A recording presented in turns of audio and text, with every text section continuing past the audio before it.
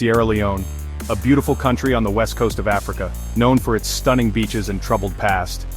Today, we're diving into Sierra Leone's political landscape. At its core, a two-party system. The SLPP and the APC.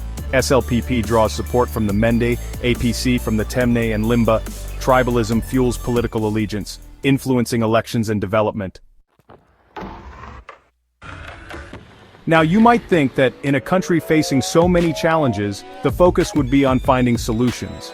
You'd think education, healthcare, and creating jobs would be the top priorities. And you'd be right to think that. But sadly, that's not always the case in Sierra Leone. The truth is, Sierra Leone is a country overflowing with potential. It has fertile land, abundant natural resources, and a vibrant, resilient population. But all this potential is being squandered because of one major obstacle: greed. It's like having a delicious plate of jollof rice right in front of you, but instead of sharing it, someone decides to hoard it all for themselves. This greed manifests itself in rampant corruption at every level of government. Politicians, instead of serving the people, end up serving themselves.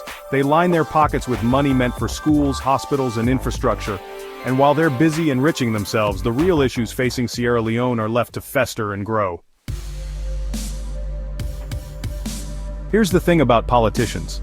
They're very good at exploiting existing divisions.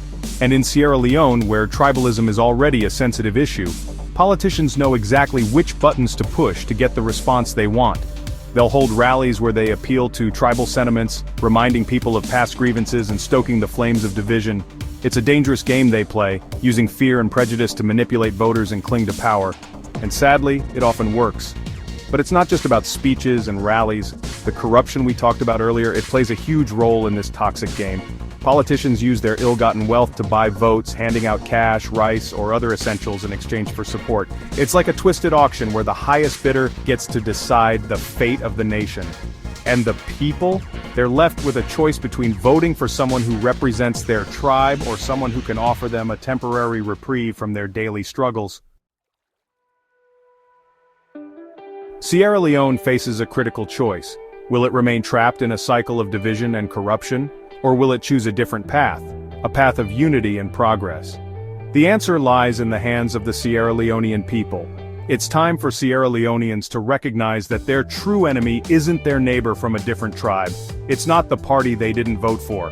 The true enemies are the corrupt officials, the greedy politicians, and the tribalism that keeps them in power. This is a call for unity, a call for Sierra Leoneans to look beyond tribal lines and see each other as brothers and sisters, united by a shared destiny. It's time to hold leaders accountable, to demand transparency and good governance.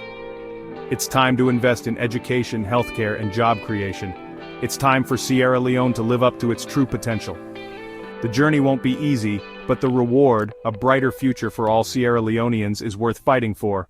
Sierra Leone is facing a new crisis, one that threatens the very fabric of its society. The Kush drug crisis has taken hold, particularly among the youth. This cheap and highly addictive drug is wreaking havoc, leading to increased crime rates and devastating health consequences. But the Kush crisis is just one part of a larger issue. Unemployment is driving many young Sierra Leoneans to take desperate measures.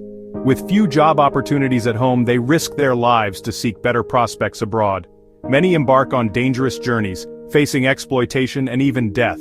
It's a tragic situation that underscores the urgent need for economic reform and job creation in Sierra Leone. If the nation is to overcome these challenges, it must address the root causes: lack of opportunity, inadequate education, and a failing healthcare system. The youth are the future of Sierra Leone. Their potential is immense, but it is being squandered. It's time for the government and the people to come together to create an environment where young Sierra Leoneans can thrive. The future of the nation depends on how far Sierra Leoneans can go to save the country from corrupt politics that hides behind tribal and partisan divide.